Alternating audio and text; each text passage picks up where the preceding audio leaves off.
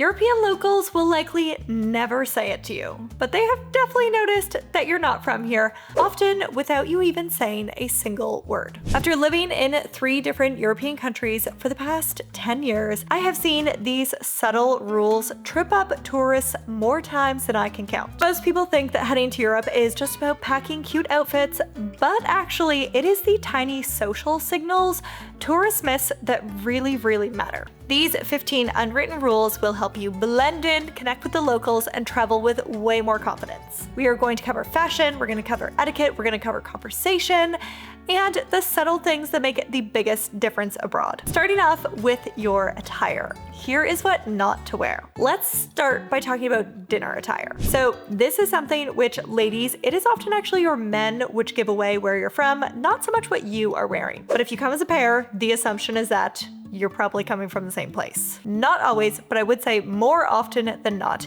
Europeans typically dress up more formally for dinner than Americans do. I find it is not unusual when you go to dinner in America to see people wearing short sleeve shirts or short sleeve polos or even short sleeve button down shirts, and those things along with some actual shorts on the bottom. Now, of course, this greatly depends on how formal the restaurant that you're going to dine at is. However, I would say that generally, while in Europe, I would err more on the side of more formal rather than less formal. It's a pretty good rule to follow for most things. You also almost never see a European man wearing any sort of short anything to dinner. Pretty much always wearing long pants to dinner and then also a long sleeve shirt. Now, it is a very hot day, then of course, pick your fabrics accordingly. It can be very hot in Europe in summertime. There is basically a heat wave every single summer here, so don't come here and then be surprised by a heat wave. It's probably, if you're coming in July or August, more likely than not that there is going to be a heat wave, so just kind of expect it. Now, the way to still look put together, still look appropriately formal for Europe while not being so uncomfortable by the heat, is to wear the long sleeve button down but roll up the sleeves. So it's almost about the same amount of coverage as if you were wearing a short sleeve polo anyways. Choose lighter fabrics, choose linen, that will also help with the heat situation. Now, you really have to be going to quite a formal restaurant to be required to wear a tie these days. Jackets are sometimes more common if you're at a really lovely place, but ties are much less commonly worn in Europe than they were even 10 or 20 years ago. Moving right along, the most obvious sign that someone comes from America specifically is the college sports / athletic team related attire. I'm talking about the Ole Miss polo, the crew neck sweater or hoodie with the giant Stanford in bold letters across it, the New York Rangers hockey team hat. These things are just not that common to see in Europe, other than if you are maybe specifically going to that team's sporting event at their stadium or maybe to a pub to watch the game. University sports are not nearly the cultural institution that they are in the US. Even the Europeans who are a fan of, say, Manchester United or something of the sort, it's not that typical to have a button-down shirt or polo, again, with the logo on it. So if you're hoping to blend in with the Europeans and not immediately be picked out of the crowd as the American, then leave the college sports or professional hockey team or baseball team related attire at home. Ladies, I know that might be a bit of a struggle with your husband, so I wish you good luck in that endeavor when you're packing with him. Next up is the sunglass strap holder attachy things, and all athletic looking sunglasses, I would say. So again, I'm assuming on your trip to Europe, you're most often exploring the major sites. You're going to Paris, you're going to London, you're wandering through Italian villages and towns, you're island hopping in Greece. And in those situations, the sunglass strap thing is just really not seen that much here. Additionally, athletic looking sunglasses, not that common to see here either. So I'm talking those, Oakley ones or the wild 80s looking cycling glasses, unless you're actually cycling or you're going on a fly fishing trip or you're hiking or you're sailing or something of the sort. Otherwise, you don't really see those here so much. And so those are another item of clothing which very quickly says, if you're wearing those, again, context always matters, but if you're wearing those while you're, say, going to the Louvre, then it's a very clear indicator that you're not local to the area and that you're on your 10-day Europe trip. Moving along, the next item, which I see a lot, is water. So I get it. Especially if you're coming in summer, we have discussed the fact that there is a heat wave basically every single summer here. So it is definitely a good idea to bring water with you during the day, but the way you do it is important to not shouting, "I'm a tourist," to everyone who sees you. So those water backpack things with the little tubes that you can kind of sip at any given moment in time, that again is only really worn during athletic activities in Europe. I don't think I've ever seen a European actually wear that when they're just like walking through the old historic town of Zurich, for example. It is advisable to bring water with you, absolutely. The other thing to know about Europe is that you can still buy plastic water bottles here, but the Europeans are a bit more on the environmental friendly trend than they are a bit more in other places. So it is very common to see Europeans, they have some sort of reusable water bottle that they bring with them on a long day out. But again, you don't really want it to be seen as part of your outfit. So if you're bringing some sort of bag, large purse, backpack, etc., I would just take your water bottle, stick it in the bag. Don't wear the camelback water backpack thing. Again, unless you're gonna actually go try out the Tour de France cycling route, in which case, absolutely go for it. Now, still on the attire category, we are talking about athletic attire, but in a slightly different way. So Americans, on average, I would say, wear athletic attire significantly more frequently than Europeans do. Europeans absolutely still do wear athletic attire, of course, but they tend to do it in different contexts. So I'd say the rule to know and the rule to go by is when you are in Europe, only wear athletic attire if you are genuinely doing a sport. So if you are cycling, if you're playing tennis, if you're going running, etc., then yes, athletic attire makes perfect sense for all of those activities. But touristing a local Italian town for the day unfortunately doesn't actually count as a sport, even though yes, I get it. It is probably a lot more athletic than whatever you do during your day-to-day life back home. Wearing head-to-toe Lululemon is the biggest indication that you're not from here. I went on a walking tour in Zurich while we were hosting some guests for the weekend, and we were showing them the city, and in the tour group I saw 3 girls head to toe Lululemon. Lulu everything, Lulu fanny pack, Lulu backpack, and immediately I knew they were either Canadian or American. And then when the tour guide asked everyone where they were from, I was absolutely correct. And I say this as someone who loves Lululemon. I absolutely adore Lululemon. But just know how frequently you are wearing the athletic clothing is one of those big differences between Europe and America. Now, the caveat, which I will say to this one, and which I will make is, and this is quite literally my uniform like all winter long, and I do live in Europe, is I would say it's perfectly fine and appropriate to wear a pair of athletic tights along with some sort of non-athletic sweater on top. So say you want to wear some sort of like turtleneck woolen sweater and maybe plain colored Lululemon athletic tights, and then with a pair of tall fall boots that actually cover up the little Lululemon symbol logo on the back of the leg, then that is something which I would say looks really lovely and which you'll actually see very frequently European women wearing in basically all of fall and winter. Now the other thing I'll say is, and this goes for everything in the video, you can actually wear, do, say, basically whatever your little heart desires. There is about one day a year where I honestly am just not into putting effort into my attire, and I will go full on American style, Lulu tights, my old college t-shirt and a baseball cap. And I absolutely know that I look like I'm not from here, but some days you just don't care. So if you want to not care on your vacation, feel free to actually wear whatever you want. Yes, you will be immediately seen as the tourist, but that is your prerogative if you want to do that. If, however, you're just curious, keep watching, because we're speaking about what not to say and what not to do next. So again, moving along to what not to say. This one probably has a few more unexpected items than our attire section. I think in the attire section, correct me if I'm wrong, tell me if anything surprised you massively in that section. I don't expect anything too shocking in there, but some of these might be a little bit less well known. Let's talk about what is common and not common within Europe in terms of what you say, and there are big differences here. Starting off with what you say at a restaurant. Let's talk dietary preferences and restrictions, gluten-free, dairy-free, vegan, diets, all of those things. Now, this is one of those areas which in North America and Europe, it's really different. In the US, it is totally normal to ask for substitutions and allergy-friendly menus or to customize dishes. In Europe, especially outside the major cities,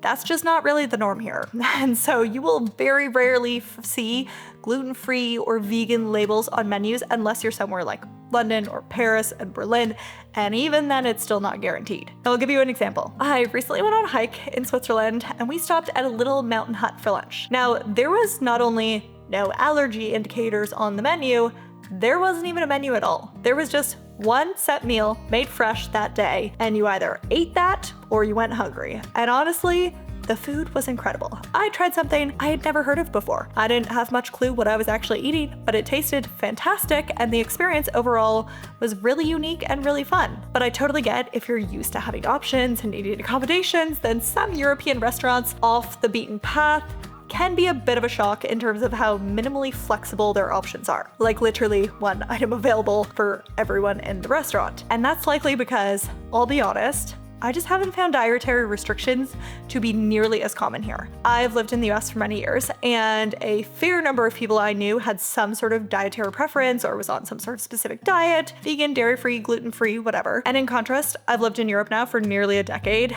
and I could count on one hand the number of locals that I've met who follow some sort of specific diet. Now that said, my husband, who is European, is currently actually trying out being gluten-free himself right now because he suspects that gluten might be contributing to some recurring headaches. But even here in Zurich, we have found very few restaurants that label gluten-free dishes, which honestly, he's not that bothered by because he just fully expected that. And true to cultural norms, he also would never actually ask the server to explain the ingredients or to offer alternatives to the dish that they carefully prepared. He just quietly orders something that he knows clearly would not contain gluten, like the steak and broccoli and potato dish instead of the pasta dish. So here's my advice.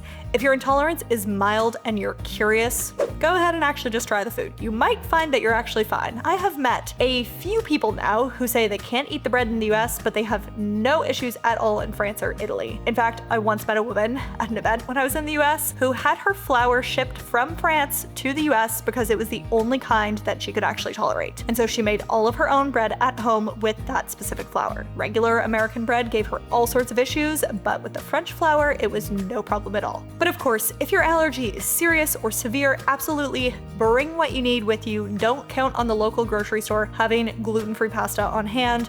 And I would strongly recommend staying somewhere where you have a kitchen so you're not entirely dependent on restaurants, which are unlikely to be as accommodating as the ones that you're used to. And above all, discretion matters. A quiet, polite question to the waiter will get you so much further than loudly quizzing them about every single menu item and every ingredient there too. That kind of scene tends to be unwelcome, and because there's much less of a dietary restriction culture, and also a tipping culture too for that matter, waiters are a lot less likely to be open to your request than they probably would be back home. So, if you want to avoid a very unfriendly waiter for the remainder of your meal, do what my husband does and eat the gluten-free stuff when you're able to cook on your own, with your own meal and your own gluten-free pasta, and just order something very obviously fine at the restaurant. The next unspoken rule I see broken a lot is striking up a conversation with, "So, where are you from?" It is the most telltale sign that you are from somewhere in North America. Americans chat with everyone,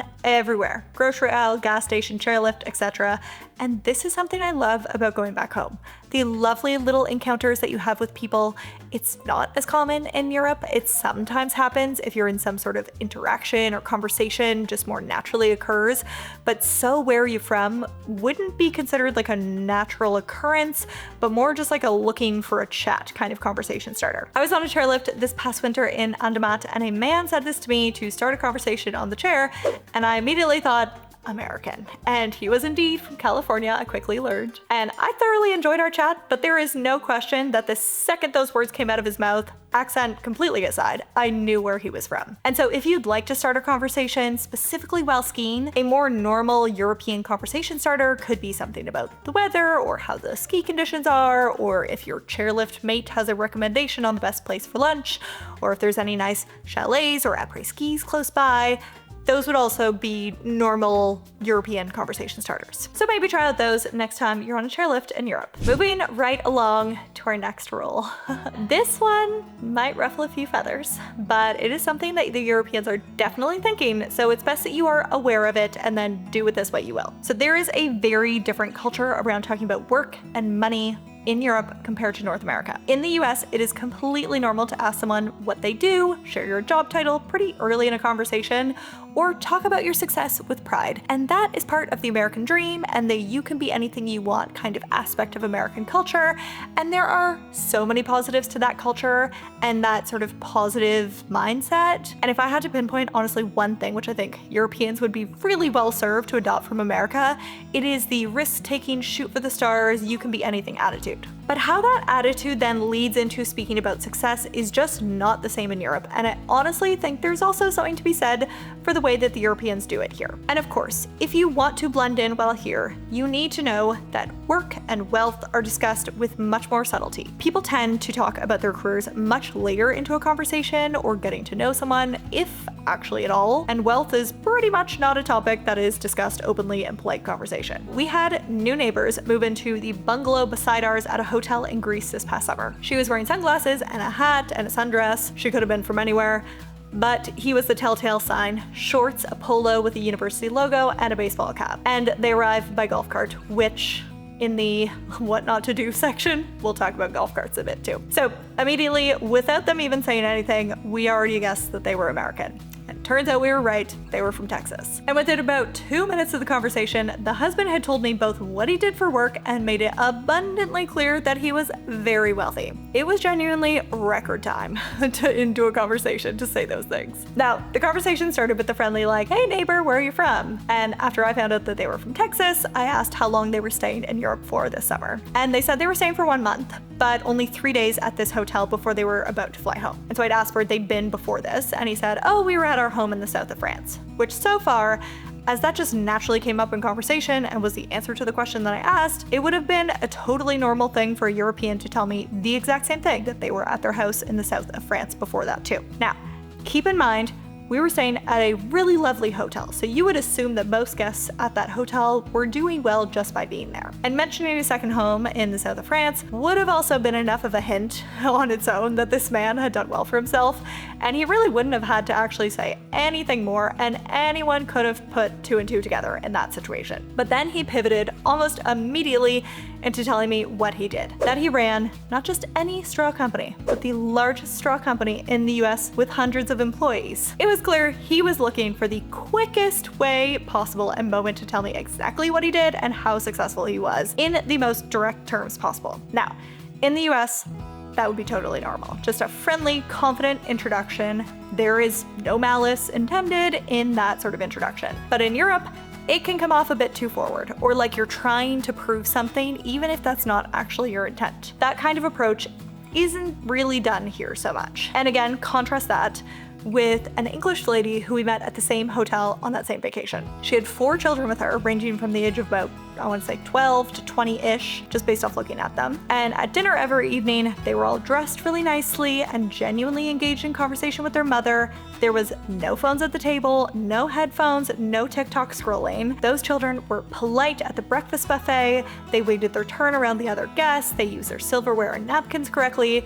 And they spoke really kindly to the chef who was making the eggs in the morning. And so we had briefly chatted, myself and the mother, during the England World Cup game earlier in the week. And then later, after watching her kids interact so beautifully at all the meals, on a few occasions, I told her how impressed I was by their behavior. And that turned into a relaxed, like hour-long conversation. But here's the interesting bit. I never found out what she did. She didn't once mention her wealth or background or anything like that. But just through the conversation, little things that she said, it became pretty clear. She never said what school her children attended, but I gathered that they were going to boarding school when she said, "Oh, this is one of the last times that I'll have them all together before term starts in September, and then it'll just be the youngest at home with me." And she didn't say how large her house was or what she had paid for it, but as we chatted about London, we just moved away from there, she mentioned that she lived near the Chelsea and Westminster Hospital, which is in Chelsea, one of the city's most lovely neighborhoods. And that, along with her own manners and children's behavior,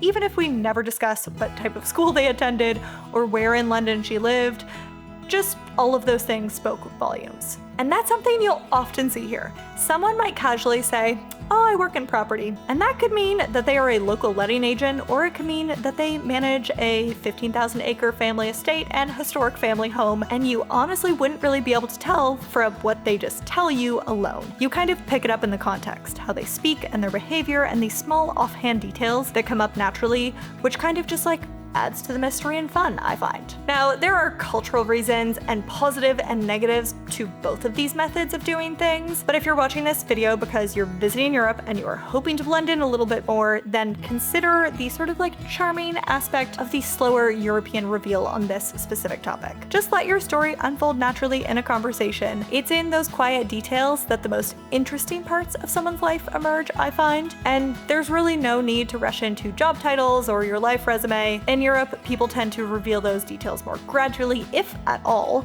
and often through a lot quieter cues. Now onto our final category, what not to do. I hinted at golf carts before, and here's the deal. Even at a golf course, it's not massively common to use a golf cart here, which I know sounds kind of crazy, but it's true. When I'm at courses here, most people have wheels on their bag and they actually walk the entire course. If it's a very hilly course or if it's an extremely hot day, then the Europeans might also use a golf cart. They do exist here, but they're just not really used nearly as frequently. Additionally, golf carts at hotels. It's very normal when you first get to the hotel to be offered a ride on a golf cart with yourself and your bags to get to your room if it's a larger area. And the Europeans absolutely take up the offer for that and do that. The thing which I would say is a bit less normal is to use the golf cart to do a walk which isn't that far if you're not carrying bags. As for like, what is far? How hot is a hot day? What about the incline? All of those things, it's kind of hard to give like a set rule of what is normal or not. So just, I would say, observe what other guests are doing, and if you want to fit in, just act accordingly. Just don't take your cue from the guy who's wearing the University of Michigan polo because he's, again, definitely not from there.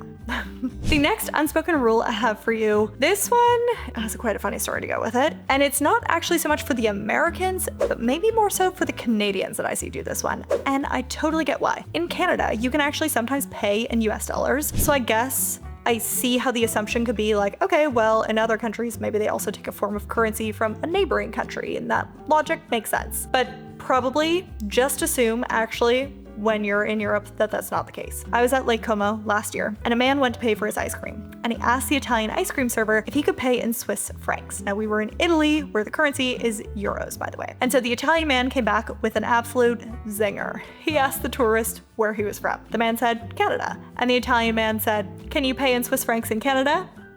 Which was quite entertaining.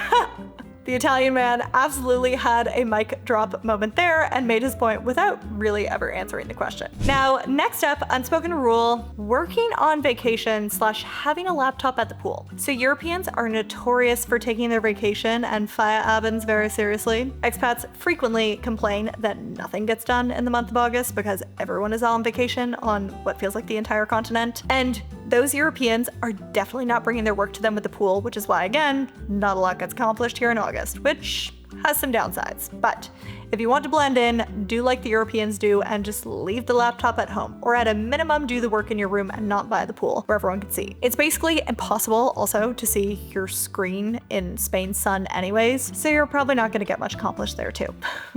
Okay, dokes. The next unspoken rule involves your darling children. So I first started thinking about this one specifically because I was having a conversation with ChatGPT because I had a parenting question, and I was wondering if I plan to have children and then like space them out by a couple of years, would I need a single stroller or a double stroller? And I wanted to know how long children typically use a stroller for, as someone who is not yet a parent and therefore is very clueless on this topic. And ChatGPT gave me a very interesting answer, which I wasn't expecting. It said that in America, children often use strollers until the age of 3 to 5, whereas in Europe, children tend to outgrow them much earlier. Many are walking more independently by around 2 to 3.5 years old. And that I thought was very interesting because it aligned actually, when I started paying attention, with what I was actually seeing around me. And here, it's just really not that common to see 4 or 5-year-olds in strollers. And sometimes actually 4-year-olds and 5-year-olds walk themselves to school and back by themselves. So again, very different. And once you actually arrive and get to Europe, if you haven't already been here, you're gonna quickly realize why this is the case. Strollers just aren't all that convenient here. Ancient cities are charming, but that medieval town that you're about to explore was not built with ease at top of mind. You've got cobblestones and narrow sidewalks and tons of stairs and not nearly as many lifts or escalators as you might expect. In quite literally over half of London's tube system, there is no other option but to take the stairs. The good news is the English are exceptionally polite. It is very common and very polite for strangers to offer help if you're at the top or bottom of a set of stairs with a stroller at a tube station. You'll see someone say, need a hand, and carry one end for you, even if they've never met you before. But it still raises the question, is a stroller more of a help or of a hassle on your trip? So European culture in general leans a little bit less towards comfort and a little bit more towards independence. And when I think about the US, I'm reminded of how convenience is built into literally every aspect of everyday life. Drive-through ATMs, extra large cars, wide sidewalks, cup holders everywhere. Those things just aren't really the norm here. So if you want your child to experience Europe the way local kids do, and also for yourself not have a giant piece of equipment slowing you down and actually making it harder to get around, then it might be worth preparing them a little bit for the walking and the stairs that they're going to experience in Europe. Okay, and now before we get into the two things that you do want to do to blend in and be polite in Europe, let's just get to the final thing not to do: speaking loudly. Now, I don't actually know the exact measurement of sound difference between how loudly Americans speak versus Europeans, but it's definitely noticeable. So when you are having a conversation in public, just err on the side of quieter versus louder, and just maybe start observing others. This could be quite interesting. Just looking around, see who looks European, and you'll start to notice that there is a difference in how loud people are. This goes more for Northern Europe. The Italians, the Greeks, the Spanish, they are much more animated than their northern neighbors. So do keep that bit of context in mind depending on where exactly in Europe you're traveling to. Okay, and now how to blend in, or also be considered to be polite on your trip. Now I have two very simple tips for you, which if you manage these two, you are already ahead of most tourists. The first thing is, say hello or good evening or good morning or thank you in the local language, even if you speak English the entire rest of the conversation. No one actually expects you to speak Italian or French or German in a restaurant or hotel or at the water taxi, but just starting the conversation in the local language before you then go into English is looked well upon. And you'll just find you probably get a much warmer response. Or in France, I've even heard of tourists being fully ignored in shops if they start the conversation with the shopkeeper with anything other than bonjour. It is very important to the French that you greet them in their language before you ask the price of the hat or for a double scoop of ice cream. So if you really want your ice cream, do remember that one. Now the second thing to do is coming back to kind of where we started. Dress more formally for dinner. Attire is a very important signal and giveaway. So let's assume that you're out at a lovely restaurant in Lake Garda or your hotel restaurant in Majorca, and to look appropriate and put together, things to keep in mind are long pants, not jeans, for men, and a long sleeve button down for dinner are typical. If you're going somewhere a bit more formal, maybe a jacket too. Check if there's a dress code for the location that you're going to. Dress codes are still very much so followed at higher end locations, and you could be turned away for showing up incorrectly dressed. For ladies, a dress and sandals or slides or wedges for women is a bit more typical. Heels, if you're in the UK, is still usual, and the rest of Europe, they're less of a thing right now, I would say. And again, context always matters. If you're at a really beachy destination, beautiful sandals or wedges. And if I can find some, I almost never take vacation photos, but I will pop a few images on screen of what I wore to dinner on a few recent vacations, if I can find any. Now, I also tend to do nice larger earrings and a little bit of makeup. Something Americans do, which the Europeans don't do as often, is actually their hair. It is very typical for that French woman stereotype. They just roll out of bed looking gorgeous and like they whipped something together, and as opposed to having obviously spent an hour with a curling iron. Now, the British are the exception to this rule, but I'd say it's very typical of the French, definitely the Germans, the Swiss, to maybe just like put a clip in your hair, but they're not really spending an hour with a hair straightener. And also this summer and last summer specifically, I can say, I don't know if this trend is also happening in the US, tell me below if it is, I'm not really sure, but dresses tend to be longer, midi length or ankle length, rather than shorter mini length dresses is something I'm seeing a lot at the moment. Now, this hasn't always been the case, and it won't always be the case, but it's just something I've noticed more recently. So if you want to blend in and look like the Europeans on your trip, keep that one in mind too. There's probably 100 unwritten rules which I could think of. These are just the first 15 which came to my mind. So if there's more topics or specific customs that you'd like to learn about to ensure that you're, doing things the European way while you're here and blending in, do leave a comment. If it's demanded, I'm happy to create another video with a bit more depth and more topics covered too. And also, if London is on your list of tourist destinations, I put together a walking guide through one of the city's most fabulous neighborhoods of Chelsea. It is packed with my local favorites and hidden gems and a few places that you definitely won't find in the guidebooks. So if you'd like, you can watch that video right here next.